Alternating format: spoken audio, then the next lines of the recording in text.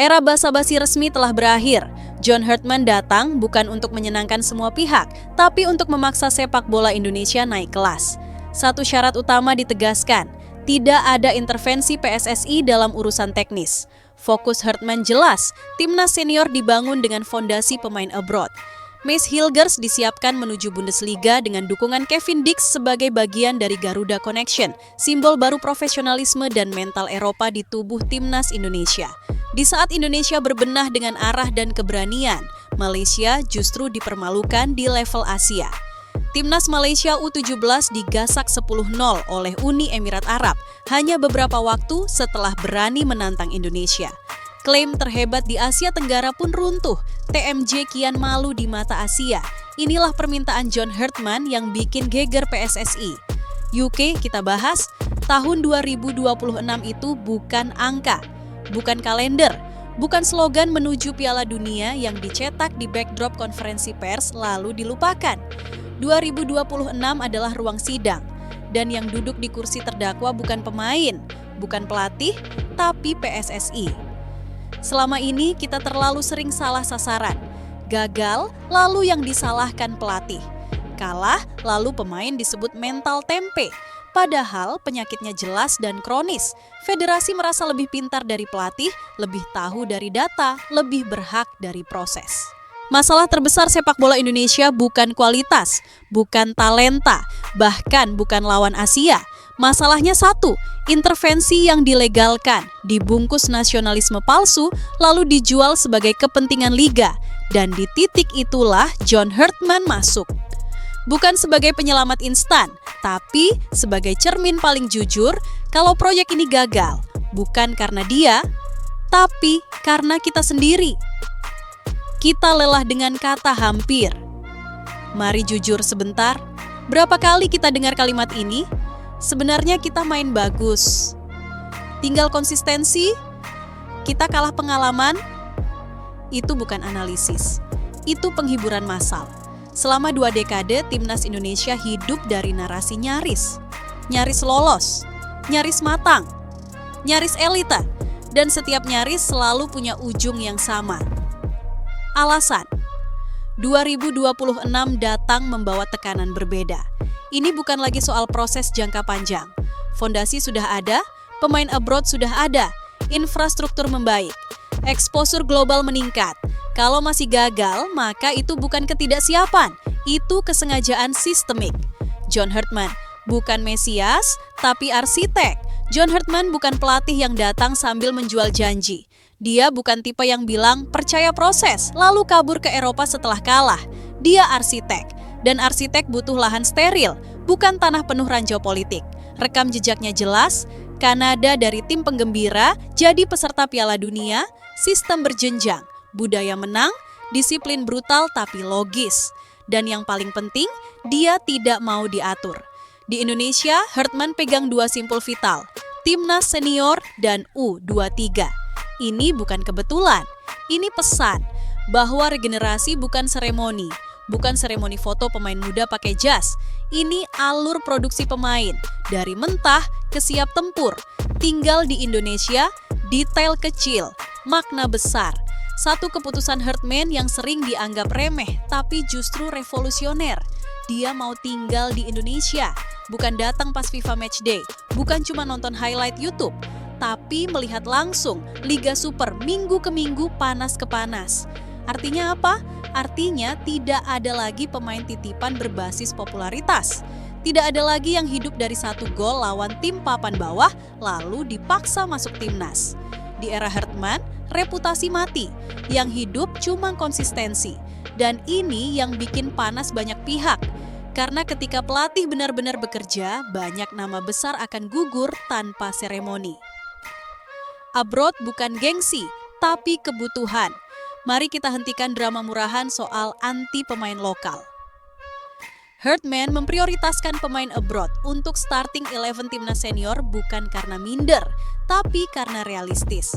Pemain abroad hidup di tempo tinggi, terbiasa ditekan, disiksa taktik tiap pekan, salah sedikit nyendas bangku cadangan. Ini bukan romantisme, ini standar. Dan lucunya, negara yang jauh lebih mapan seperti Jepang pun melakukan hal yang sama. Mayoritas skuad mereka abroad.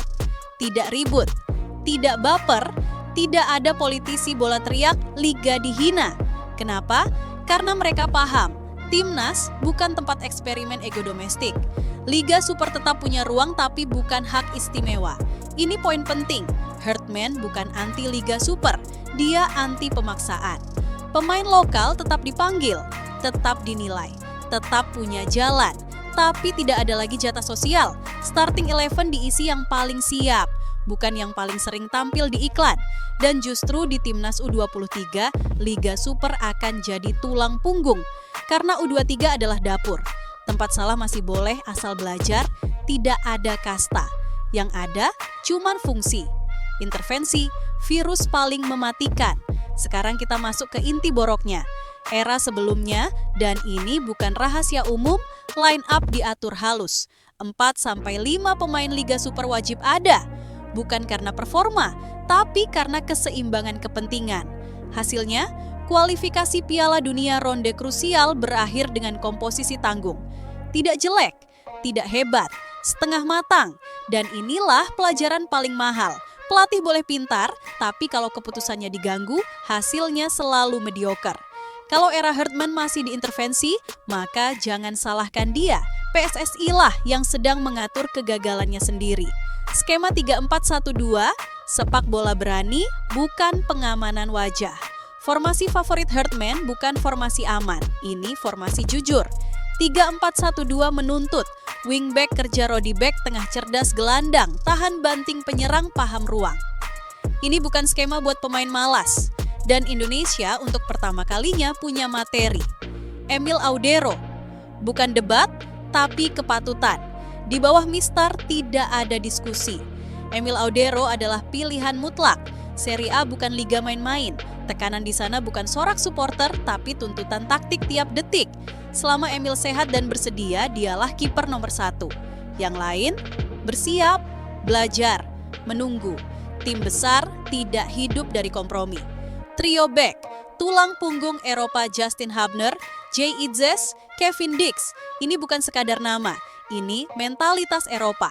Itzes sebagai kapten, tenang, vokal, disiplin. Hubner, agresif, reading game kuat. Dix, fleksibel, cerdas, pengalaman. Ini lini belakang paling rasional yang kita punya. Bukan karena paspor, tapi karena kapasitas. Asnawi, diremehkan, tapi dipercaya. Asnawi selalu jadi sasaran empuk, dibilang emosional, dibilang kasar, dibilang overrated, tapi fakta tidak bohong. Port FC memperpanjang kontraknya. Liga Thailand, salah satu liga terbaik Asia, masih percaya. Kalau Asnawi memang sampah, dia sudah lama pulang. Dan karakter seperti inilah yang disukai Herdman. Keras, lapar, tidak takut duel. Lini tengah, kerja kotor yang tak terlihat. Verdong, Pelupesi, Hai, Jenner, Nathan. Ini bukan nama glamor, ini fondasi. Tanpa mereka, kreativitas di depan mati. Dan Herdman paham, pertandingan besar dimenangkan di area yang jarang disorot kamera. Ole Romeni dan variasi serangan Ole Romeni sebagai nomor 10 adalah solusi logis. Bukan striker palsu, bukan target man, tapi penghubung. Di depannya, Ragnar dan Struijk memberi variasi. Lari diagonal, pressing, kombinasi cepat. Untuk pertama kalinya, Indonesia punya opsi selain crossing asal dan doa. Miss Hilgers, cedera bukan akhir. Cedera ACL itu kejam, datang saat momentum hilang, kontrak rumit, masa depan abu-abu. Tapi Hilgers tidak runtuh. Masuk ke Lian Sports, agensi elit Eropa itu sinyal serius. Bundesliga menanti, bukan raksasa tapi cukup untuk bangkit. Dan ketika pulih, dia bukan sekadar pemain. Dia simbol bahwa karier Eropa Indonesia bukan kebetulan. Malaysia U17 tampakan cermin paling telak. Sekarang kita geser kamera, Malaysia U17 kalah 10-0 dari Uni Emirat Arab. 10-0 bukan tipe, bukan latihan. Persahabatan pun tidak semalu ini. Ironisnya, tak lama sebelumnya mereka menantang Indonesia. Media Timur Tengah tidak kasihan, mereka menertawakan organisasi permainan Malaysia. Dan ketika publik marah, FAM bilang, ini proses belajar. Proses belajar dari skor 10-0 itu bukan belajar, itu alarm kebakaran. Lalu muncul Safi Sali, masih dengan klaim terhebat di Asia Tenggara. Netizen pun meledak karena realitas terlalu keras untuk ditutupi slogan. Dan disinilah TMJ makin malu. Bukan karena kalah, tapi karena keras kepala menolak realita. Era John Herdman tidak akan berhasil kalau PSSI masih ingin mengatur line up liga, ingin jatah politik ikut main timnas, bukan alat tawar-menawar. Bukan panggung kompromi, kalau PSSI mau jadi aktor utama silakan, tapi jangan minta pelatih jadi tameng. Karena pada akhirnya sejarah tidak peduli niat, ia hanya mencatat hasil. Dan 2026 akan mencatat, apakah Indonesia akhirnya berani dewasa atau kembali mengulang kebodohan yang sama dengan wajah baru. Siapa yang sebenarnya takut dengan keberhasilan timnas? Pertanyaan paling jujur dan paling jarang ditanyakan dalam sepak bola Indonesia bukan kenapa kita kalah, tapi siapa yang sebenarnya akan rugi kalau timnas benar-benar berhasil. Karena mari kita buka kartu. Prestasi timnas yang setengah jadi itu nyaman. Cukup untuk jual mimpi, tapi tidak cukup untuk mengubah struktur.